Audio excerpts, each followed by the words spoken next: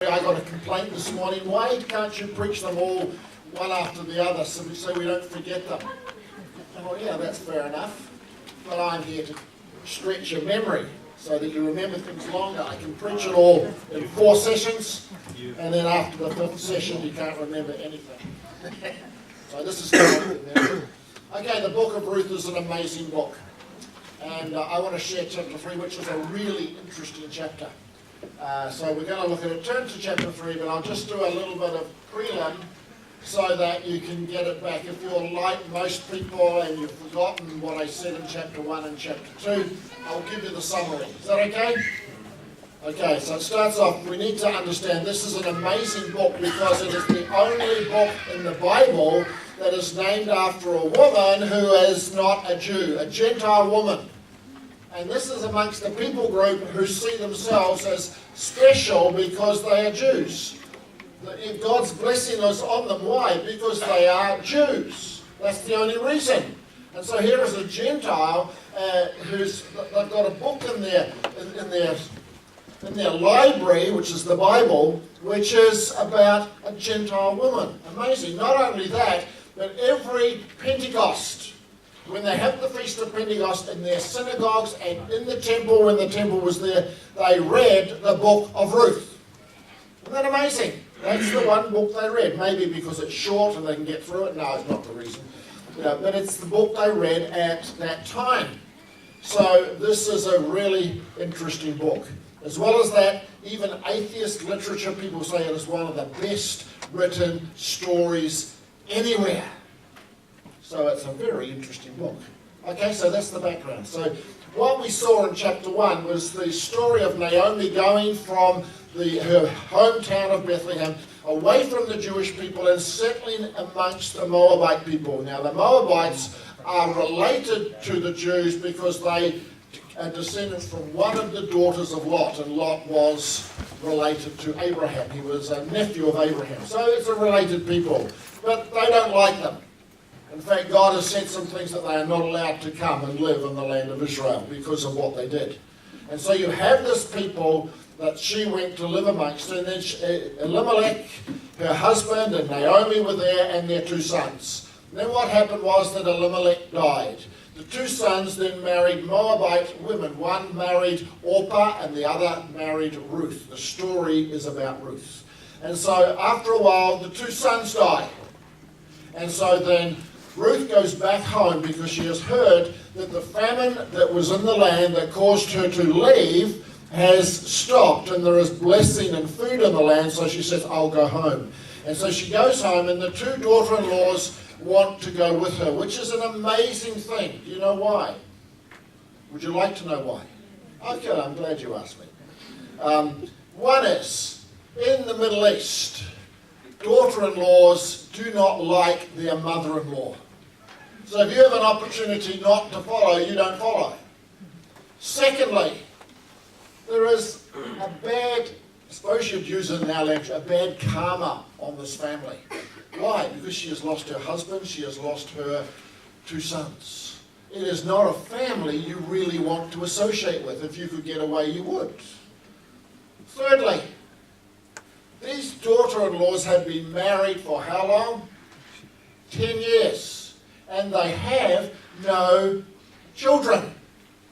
Now, even in some of your cultures, if you're a daughter-in-law and you have no children, some of them will say, divorce her and marry someone else because children are so important. So these girls would not normally be looked on with great admiration because they had not produced any children. That's the background of this situation. But yet, in this situation, Ruth loves her mother-in-law. It's amazing. Everything is against her having this sort of relationship with her mother-in-law. Most would want to get away from it.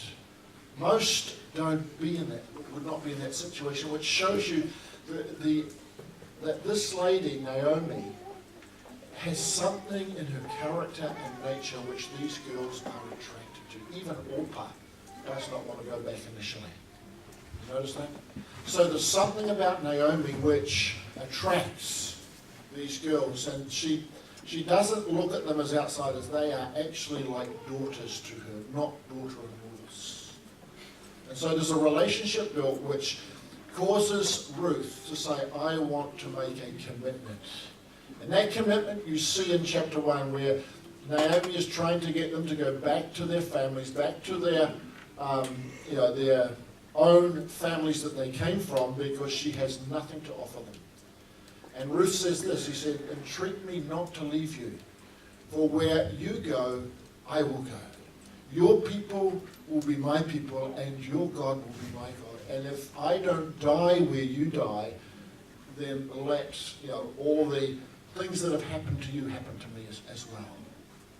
That commitment is the best picture of conversion you will ever find in the scriptures, because it hits 3 areas.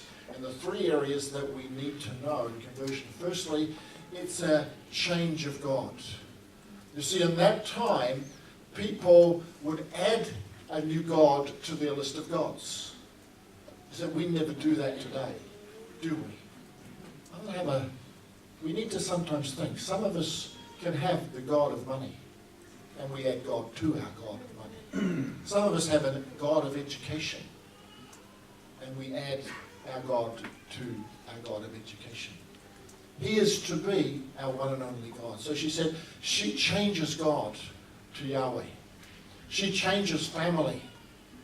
Now in this time, if you change family like that, you're a traitor. You leave your country, you leave your family, you become a traitor. But there's something important about the change of family that we need to understand. When we become Christians, there is a change of family. We change from our natural family to becoming part of the family of God. Amen?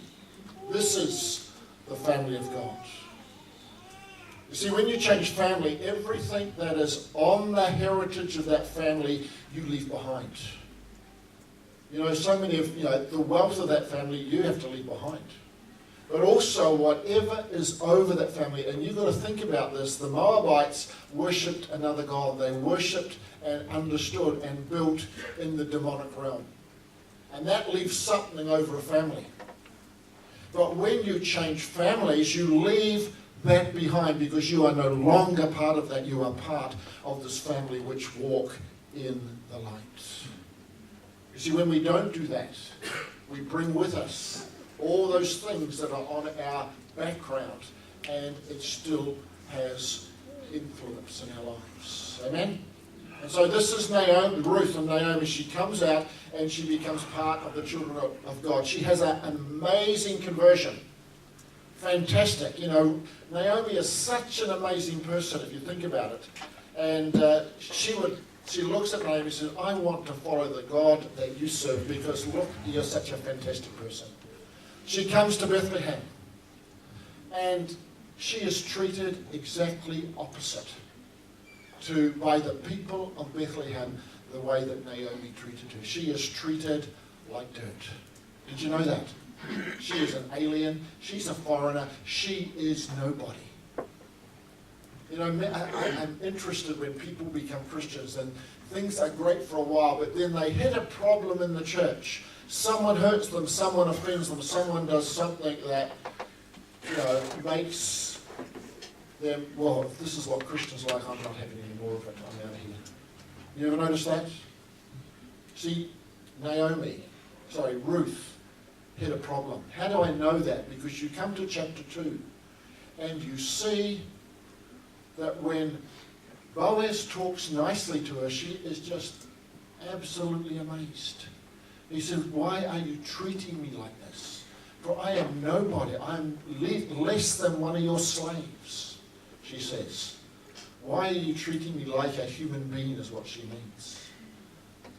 You see, for her to respond like that means she has been treated like dirt by the people, if this is the first time she has experienced someone being kind to her. What do you do when you hit someone in the family of God who treats you badly? Do you say, I'm going to leave? Or do you trust that God that you serve is going to help you through the situation to a better place? Naomi was an amazing woman, but Ruth was even greater because she walked through the challenge and came to a better place. That's what we need to be like. You know, this whole book, to me, is the book that opens our eyes to the family that produced King David. You see, we sometimes think that David just appeared on the scene. Doesn't matter about his family, his heritage, all the things that he had. That God just, that's the man, I'm going to use him. Actually, that was the Saul. The David, you see, is a generational input into this family to produce a David. And the one thing I want us to understand out of this is that God is looking at doing something generationally. We need to understand that everything God does doesn't happen just in our lifetime. We is building for something, and we can be part of that, to build and invest into our family the values that will produce a David. I don't mean name your children David. We've got enough Davids in the church. It's a good name, you want to, you're welcome. But it's not about a name, it's not about, but to see one's rise with the quality of David, you need a Boaz family. It is generational. Okay? And we're going to look a little bit more at Boaz last one, and I'm not going to talk about that at the time because all these preachers getting up and speaking today cut out all my time, so I've got to work hard at dropping it down. So I won't talk about the second chapter with Boaz, but it's on YouTube. If you want to know how to get to it, talk to Ben at the back, and you can listen to the second one. But I want to talk about Boaz in chapter 3. But before I do, I want to talk about this. You know, we don't talk a lot about end times in this church and give you what's happening and when it's all going to happen and the dates and all that sort of stuff. I have been in services where you get that. And, you know, if you want to have a big meeting, just advertise you're talking about end time stuff. And you will get everyone coming. We love to know about end time stuff. But if you talk about it being what's going to happen 200 years from now, everyone's going to be disappointed. Because they want to know it's going to happen now in my lifetime, and we're going to see the unfolding of the end times, and we're going to be in it. And that's what I learnt when I was your ages at church. And it was going to be in the next 7 or 8 years. It was all over. You weren't going to be here because you were born by then. And so this was it was exciting, all these things. And you can go into the website and you can look for those things. You'll find it there. And you can be excited by it. And I think, personally, that Satan is quite happy for you to get excited about it. You know why? Because you will never build generationally if you think it is going to finish in my generation. What's the future? There's no future because he's coming back now. It's all over. And that's the danger of a lot of our end-time teaching, is what it destroys in our vision or future. One person said this, you know, that's true, but, you know, this is what I say. He says, this is, you know, we should live like Jesus is coming tomorrow, but we plan like he's coming in 100 years. And everyone says, yeah, that sounds good. And I think to myself, that sounds pathetic. It's pathetic. Do you know why? Because if we live like Jesus is coming tomorrow, and that's going to be different to how I live to 100 years if he's coming in 100 years. You understand? If I'm going to not live the same as if he's coming 100 years from now or coming tomorrow, then what sort of Christianity do I have? Is it only based on the fact, oh, I've got to get right because Jesus is coming? No. We should be living a Christian life that it doesn't matter if he's coming in 100 years or he's coming tomorrow. We are going to live the same because he is our God. It's not to do with the fact that, wow, I better get ready for heaven. It's not about that. And so that statement is actually quite pathetic because it's building a wrong mentality in our minds. We should always live the same consistently regardless of when he is coming. But we build generationally. Amen? And so this book is something about generation. So let's get to it. Let's read it, shall we? That chapter. chapter 3, 1 to 18. Naomi, her mother-in-law, said to her, "My daughter, I need to seek some security for you so that it may be well with you. Now, here is our kinsman Boaz, with whose young women you have been working. See, he is winnowing barley tonight at the threshing floor. Now wash and anoint yourself and put on your best clothes and go down to the threshing floor. But do not make yourself known to the man until he has finished eating and drinking. When he lies down, observe the place where he lies. Then go and uncover his feet and lie down, and he will tell you what to do." She said to her, "All that you tell me, I will do." So she went down to the threshing floor and did just as her mother-in-law had instructed her. When Boaz had eaten and drunk, and he was in a contented mood, he went to lie down at the end of the heap of grain. Then she came stealthily and uncovered his feet and lay down. At midnight, the man was startled and turned over, and there lying at his feet was a woman. He said, "Who are you?" And she answered, "I am Ruth, your servant. Spread your garment over your servant, for you are next of kin." He said, "May you be blessed by the Lord, my daughter. This last instance of your loyalty is better than the first. You have not gone after young men, whether poor or rich. And now, my daughter, do not be afraid. I will do for you all that you ask, for all the assembly of my people know that you are a worthy woman. But now, though it is true that I am a near kinsman, there is another kinsman more closely related than I. Remain this night, and in the morning, if he will act as next of kin for you, good, let him do it. But if he is not willing to act as next of kin for you, then as the Lord lives, I will act as next of kin for you. Lie down until morning." So she lay at his feet until morning, but got up before one person could recognize another. For he said, "It must not be known that a woman came to the threshing floor."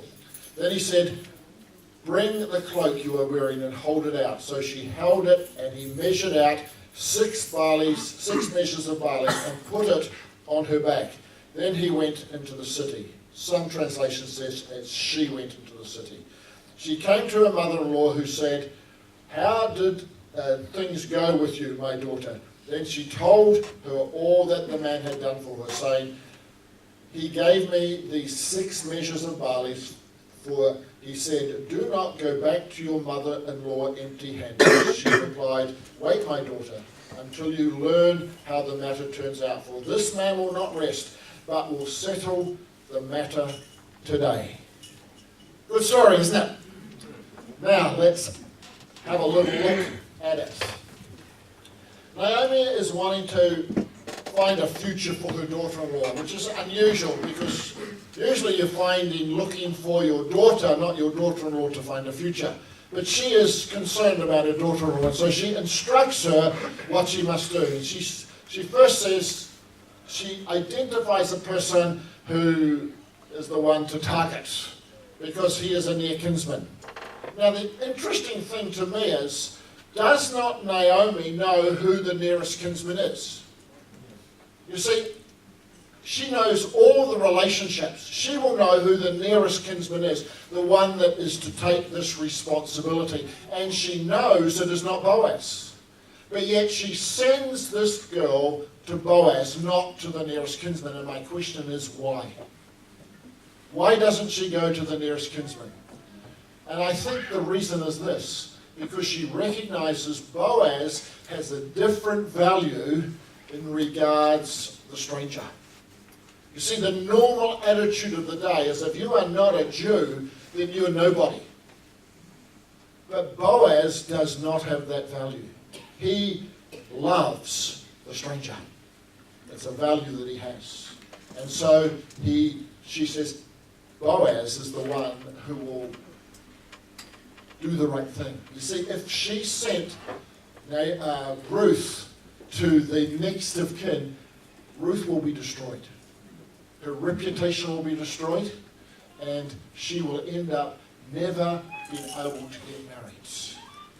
So she is a good, smart lady, Naomi. Now she sends, the second thing you need to understand is that the literature tells us that the place where the prostitutes operated was at the threshing floors, especially during the time of harvest and preparing the grain. That was an ideal place because the men were mainly gathered there. And so they would go and ply their trade at the threshing floor. First thing. So you've got the situation is that she tells Naomi, Ruth, what to do. She says, dress good, look good, smell good. Doesn't she? She said, put on your best clothes and put some perfume on. In other words, look good, smell good. You're out to catch a man. Oh, no. How do the prostitutes dress? Look good, smell good. Same thing. This is a dangerous situation that she's going into because she can easily be identified as something that she is not. Dangerous. Now, you're dealing with a people where your reputation is the most important thing you have as a young lady. If you lose your reputation, you've lost it. You are gone. And she's going into a situation where she has no chaperone. She's going to a place where the prostitutes operate from, and she is vulnerable if she is identified for people to say, I tell you about this new lady. She's not as good as everyone thought. You know where she was last night, and she was by herself there? That is enough to destroy her reputation. So she is going into a very, very difficult situation for her on the advice of Naomi. She goes there. Now, it's interesting. When Boaz wakes up, he's startled because there's a woman at his bed, or at the foot of his bed, and he's got cold legs. That's the first thing. And secondly, he says this, it must not be known that a woman came to the threshing floor. You see, interesting, if this is the place where the prostitutes operate, why did he say it must not be known that a woman came to the threshing floor? He didn't say it must not be known that a good woman came to the threshing floor, or it must not be known that you came to the threshing floor. He said it must not be known that a woman came to the threshing floor. This tells us that Boaz has got a rule about his threshing floor. No prostitution is allowed.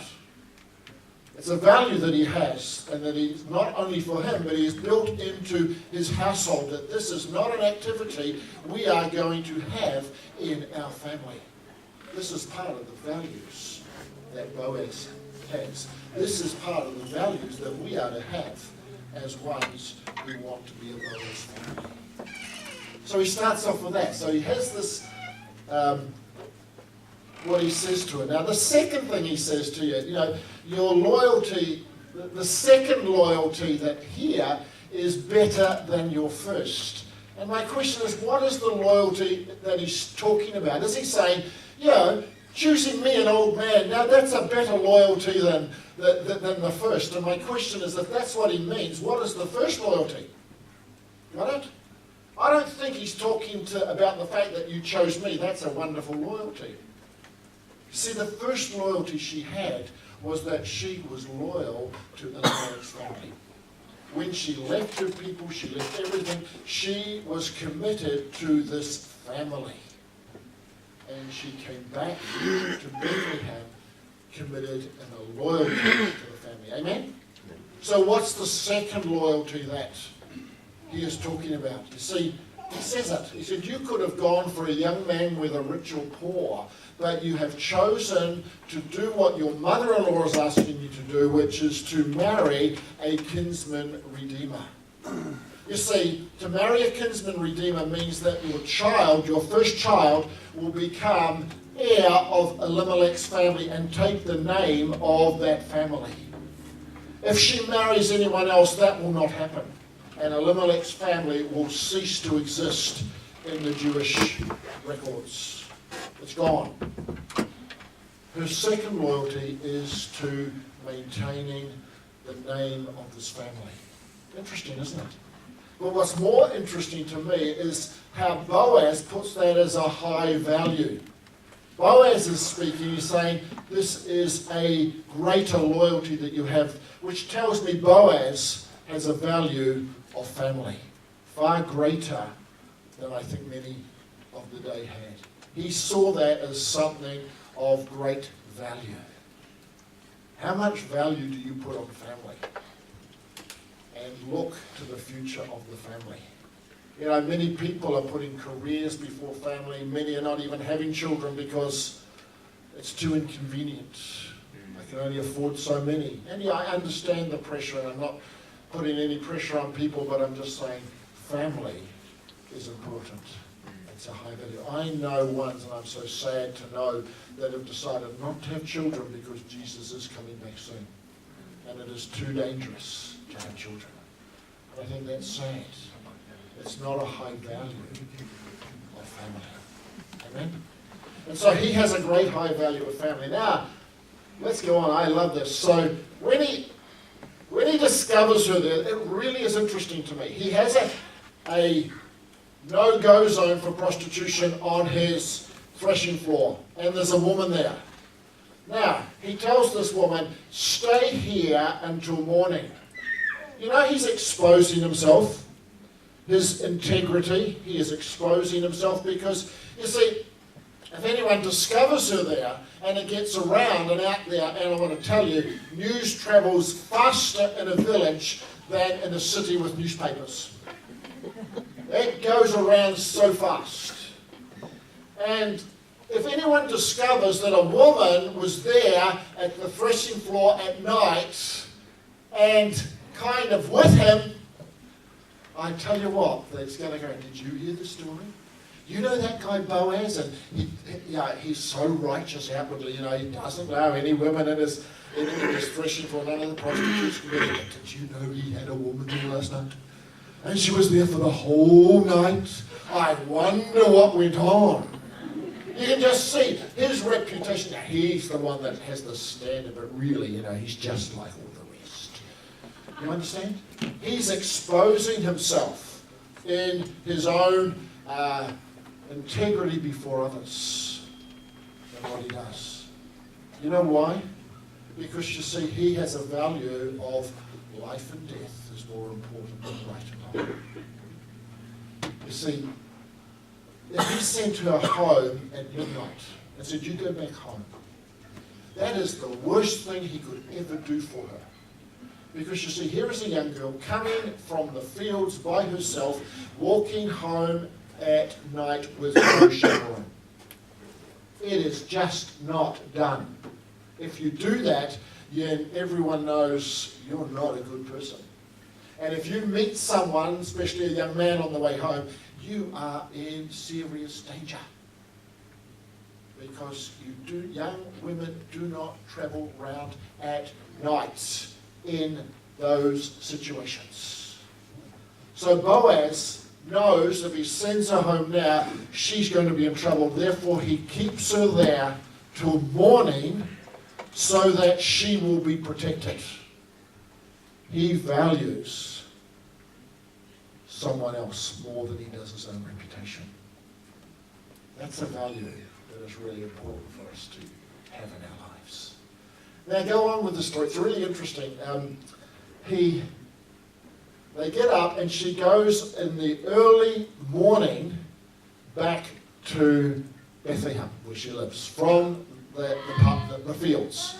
Now, you have a problem because you all live in the 21st century and you're all living in the city where there's lights, street lights, everything's there, and you know it's okay. But you see, I live in the country and I live on a farm. And I have to get up early in the morning to get my jobs done before I come to work. And so I get up just as the sky is starting to get a little bit light. And so I understand it a little bit. But what really helps me was when I was in Kalpana's village, before they had electricity. It was really interesting. Because in the morning, it's still really dark outside, but it's just starting to get dawn. And you can see a bit of light. And you can get around, but you really can't see people yet. You can see the shapes of them. You understand? And so when I'm there, I'm still in bed because I'm a city slicker. You start to hear movement, and you start to realise very quickly the ones who are up are not the men. It's the ladies. And what are they doing?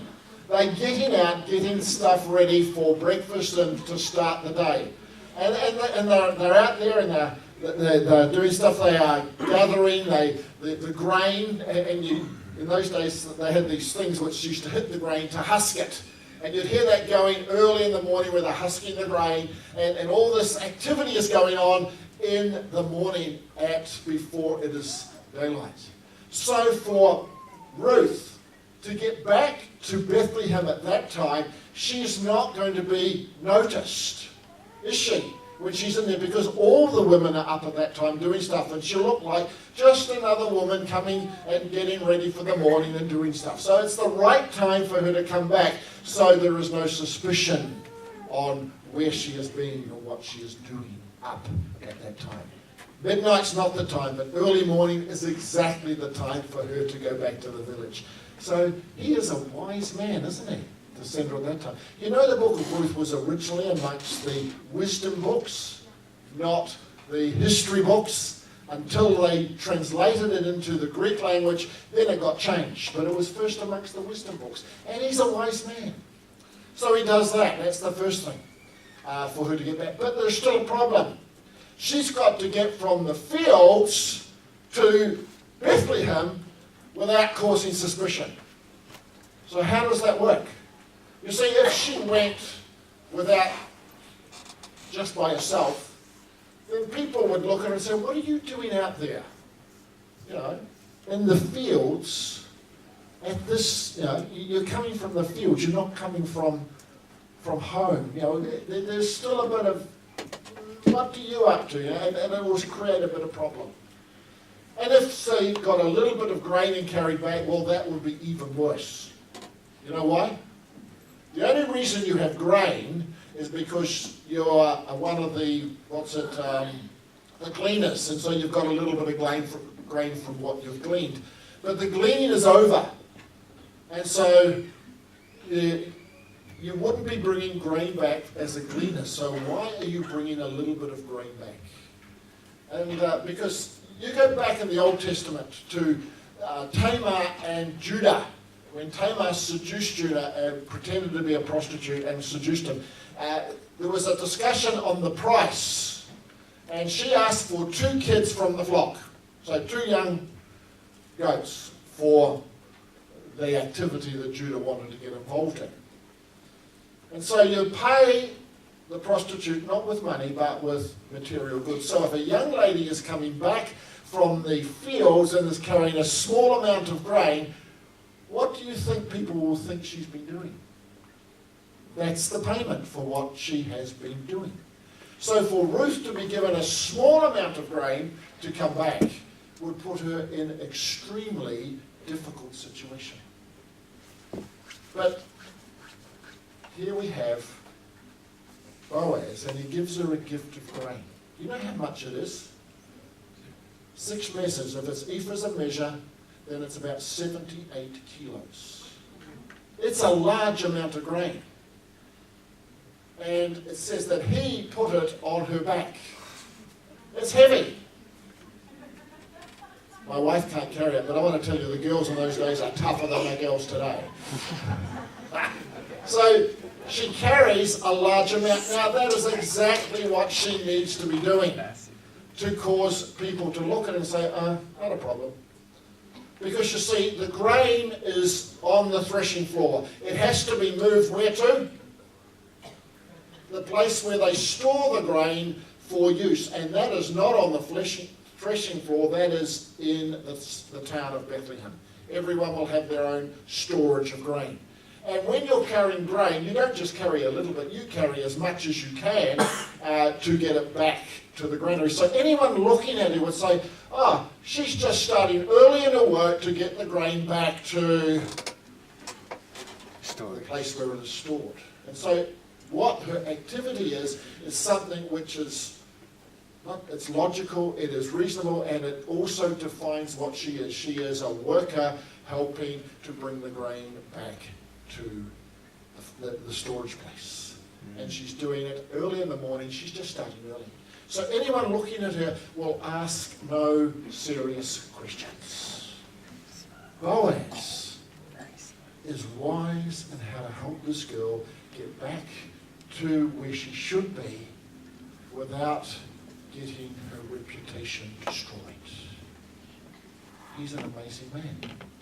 He cares for someone to that degree, and in caring for her, he invests a rather large amount of resources to her. You see, we're happy to help as long as it doesn't cost us anything. We've got to come to the place where we are to put our resources into helping people. That is what a Boaz person does. Amen? And so we see a very interesting picture here of Boaz and his care and concern for Ruth in this situation. The second thing about this large amount that he gives her, it's not only to protect her, but it's also a declaration of his support to the family. He said, you've asked me to be the kingdom redeemer. I'm saying yes to that. And in saying yes, I give you this gift. And so it is yours to have and to take with you. It is part of the relationship. So Naomi says, just wait. You see that what he has done, that he will sort this out before the day is out. Why is she confident in that? Because he has committed himself to it. He has given the gift. And she knows also that this man is a man, when he gives his word, he will keep his word. You know, that's why I believe that Boaz reflects the righteousness of God. So I've told you before, the righteousness of God is that God always does what he says. And he is always true to his nature. When a person operates on that righteousness, the value which it builds is the value of life and death is more important than right and wrong. He's not building on the righteousness of the law where I do what the law tells me to do and it's black and white. That produces the value of, oh really, little boss, what am I going to do? Would everyone turn their sound off their phones at this moment? Thank you. He's totally destroyed what I was saying. I can't remember. So, when you operate on the law, you build the value of right and wrong is more important than life and death. But when you look at Boaz, life and death is the value by which he is working. And so we see this value of Boaz.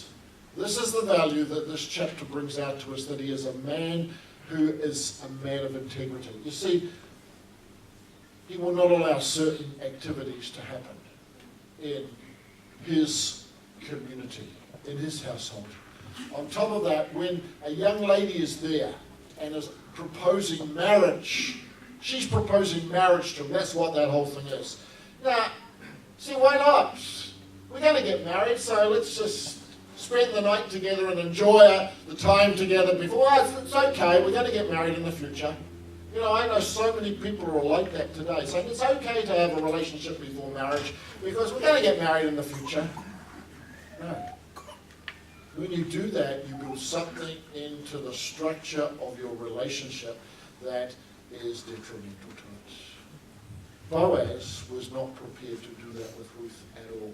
He has a high integrity in this relationship. You know, you and I need to build on that. You know, we may have done things in the past. There's a time to draw a line and to say, I want to walk differently. I can't change the past. All I can do is deal with it by asking the forgiveness of God and then walking afresh in any relationship and building for the future. Amen? And so that is this man. Not only on top of that he was a man of integrity, but also he was a man whose word you could trust. Now that's a commodity which is rare today, did you know? I remember the days when you would make an agreement with a shaking of a hand. And it was a firm agreement that would not be broken because people were true to their word. Today, if you don't have it signed by the lawyer and everything's sealed and signed on a legal paper, you're going to be in trouble because you cannot trust anyone's word nowadays. I wish that was not so in the house of God. I wish it was that our yes was yes and our no was no. Because I think if we do that, we are more becoming the people God wants us to be. Amen? And so, as we conclude on this chapter, I want to say this. Every one of us build generationally. Did you know that? But the problem is, what are you building into the next generation? Is it going to bring them further ahead in God, or is it going to pull them away from God? That's the issue. You know, many people can be discouraged when they look around and say, well, you know, I look at some of the families who are so much better and got it together than we have. I'm just so discouraged. You know, we can never do that. You see, it's simple. All you have to do is to bring the next generation further than you. If you've done that, you succeed. If you take them away, you failed. But if you can see the next generation come a bit further, closer to what God wants, then you are a success. It's not measuring yourself against the best family in the church and saying, we're a failure because we're not like that. No, no, no. It is to move them forward to a bit further. And as each generation does that, we will see each of our families come to the place God wants us to be. Amen? You know, we can leave lots of money for our children. But I like the proverb amongst the Chinese. It says, wealth stays in a family only 3 generations. If you give wealth without the ability and the character to handle it, it won't last. And it's not the thing that I would invest into the next generation without the values to take it. Boaz operated under the values of life and death is more important than right and wrong. I believe that's the value God wants to build within every church because it is based on the righteousness of God. Let's pray. Father, I thank you for your grace in each one of our lives. Lord, that you want us to build generationally, you want us to build into our families that will last and build something of great value in the future, I pray. In Jesus' name I pray. Amen.